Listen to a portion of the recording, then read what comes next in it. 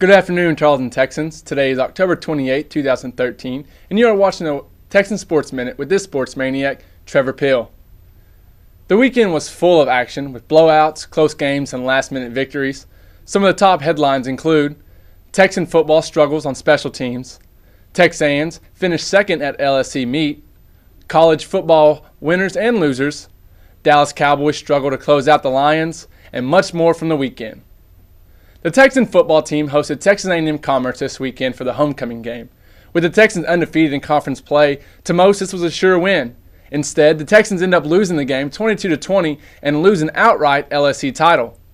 I wouldn't say it was because they weren't ready or had their mind somewhere else. For the most part, it was the special teams. Tarleton had 3 field goals they couldn't capitalize on. The first went off the crossbar, the second got blocked, and the third and possibly game-winning field goal sailed wide right. The Lions snapped a 4-game losing streak to the Texans and secured the President's Trophy for the first time since it was introduced to the series in 2010. Tarleton lost at home for the first time this season and fell to 29-24 all-time in homecoming contests since becoming a senior college in 1961. Jake Finsky completed 20 of his 33 passes for 274 yards, while Aaron Doyle, who was knocked out of the game early with a shoulder injury, was 12 for 21 for 109 yards. Zach Henshaw ended the game with 195 all-purpose yards, rushing for 58 yards on 15 carries and a touchdown, as well as 137 yards on 7 catches. Leonard Myers had the most catches with 9 for 96 yards. For the Lions, Harrison Stewart threw 24 for 35 for 279 yards and 2 touchdowns. Eric Davis completed the only pass he threw for 27 yards and a touchdown. KJ Garrett led the rushing game for the Lions with 18 carries for 97 yards. Vernon Johnson was the main receiver, pulling in 7 catches for 154 yards. After starting the season off winning 5 straight games, the Texans have now lost 2 straight. It is also the first time the Texans have lost to the Lions in Tarleton Memorial Stadium since 1996. The Texans are back on the road as they take on Texas A&M Kingsville next Saturday. Kickoff is set at 7 p.m. Lindsey Hinton and Allie Coughlin finished first and second in the women's 6K race in New Mexico to lead the Tarleton Texans to a second-place overall finish in the Lone Star Conference Championships. According to Tarleton Sports, this marks the Texans' highest finish since finishing second in 2009. "I'm really excited about the girls' race," said Tarleton head coach Pat Ponder. "When you have a conference championship runner in the conference, it's a major feat. Our girls got after it today and really competed." Also highlighted in the afternoon for the women's was 4 all-conference selections and a pair of individual superlatives. Coughlin was named the LSC Newcomer of the Year, while Audrey Shelton earned LSC Freshman of the Year honors. Coughlin, Shelton, Hinton, and Caitlin Huckabee earned all-conference honors. Tarleton will have 2 weeks off before heading back to Canyon, where the season started for the NCAA Regional Championships on November 9th.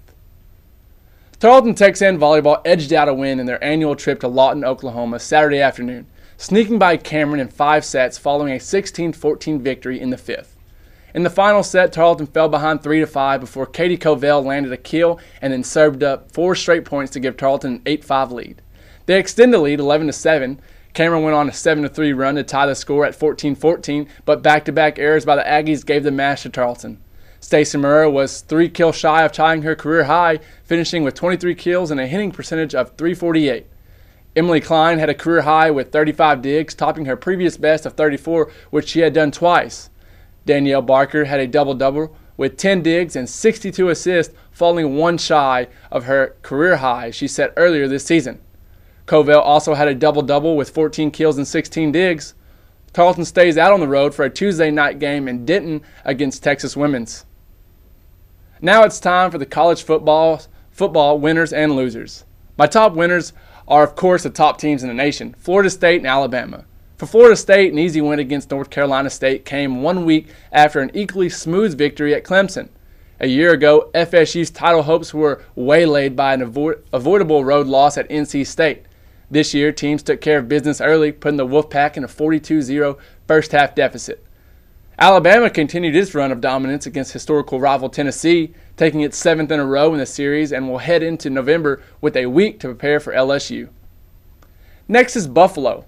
Why them, you ask? Only once before in its FSB history, dating back to 1999, had Buffalo reached bowl eligibility. The Bulls' sixth win of 2013 doubles as their sixth win in a row, pushing UB into a likely bowl berth in the program's fourth year under Coach Jeff Quinn. After winning a combined 9 games from 2010 to 2012, Quinn has the Bulls in sole possession of first place in the Mid-American Conference East Division heading into the home stretch. Now time for the losers. And the first one really dropped the ball, Missouri. The Tigers were 7-0, 3-0 in the SEC, and 15 minutes from taking an insurmountable lead in the East Division, but a 17-0 advantage wouldn't hold. Missouri allowed South Carolina to score 17 unanswered points to force overtime and then lost in the second extra frame, kicking the potential game-tying 24-yard field goal off the left upright. The Tigers could still win the East with a touch of help and could still earn an automatic BCS bid by beating a team like Alabama in the SEC title game. But the national championship is no longer a realistic goal. Next is Nebraska. For Nebraska and coach Bo Pelini, each loss seems worse than the last. Think September's loss to UCLA was bad? Well, it was.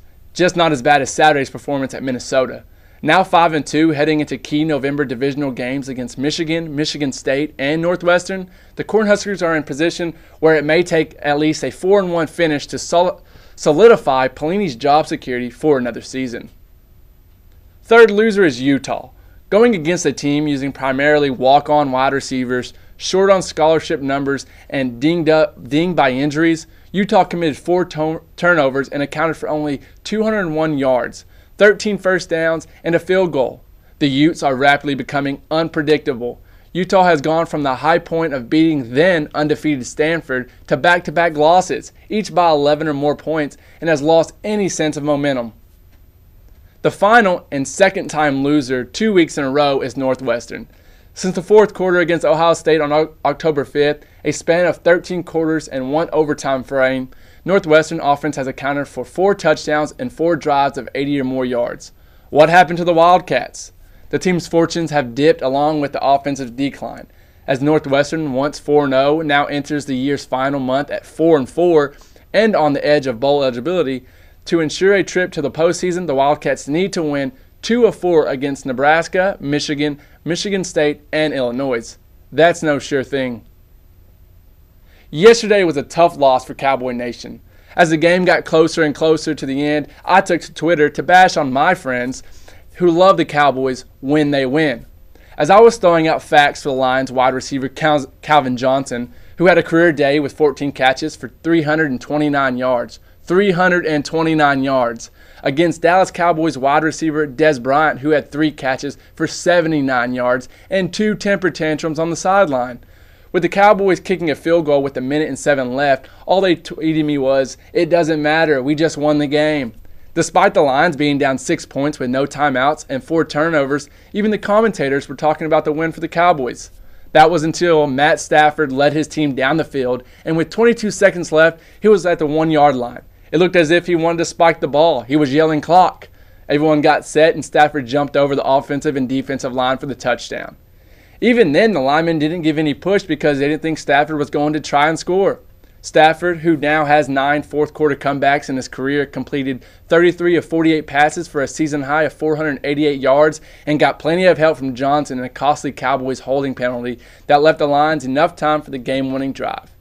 Johnson was 7 yards shy of Flipper Anderson's 24-year record with 336 receiving yards in a game and had his way with Dallas's $10 million a year cornerback Brandon Carr.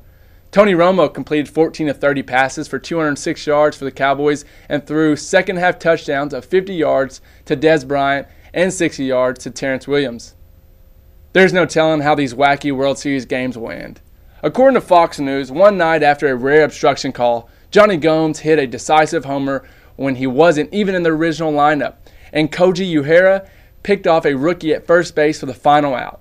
An entertaining and even goofy World Series is tied at 2 games apiece following Boston's 4-2 victory Sunday night, which ensured the title will be decided back at Boston's Fenway Park. Emotional roller coaster here, obviously, Gomez said. Inserted into the lineup about 75 minutes before game time, Gomez hit a tie-breaking 3-run shot off reliever Seth Manis in the 6th inning. And of course, another bizarre ending. Uehara picked off the pinch runner Colton Wong with postseason star Carlos Beltran standing at the plate. It was the first postseason game in history to end on a pick-off according to stats. Game 5 is Monday tonight at Busch Stadium, with Boston left-hander John Lester facing Cardinals ace Adam Wainwright in a rematch of the opener won 8-1 by the Red Sox. That's all the sports I have for you. Thank you for joining me today on the Texan Sports Minute, where it's always about sports and all you need to know.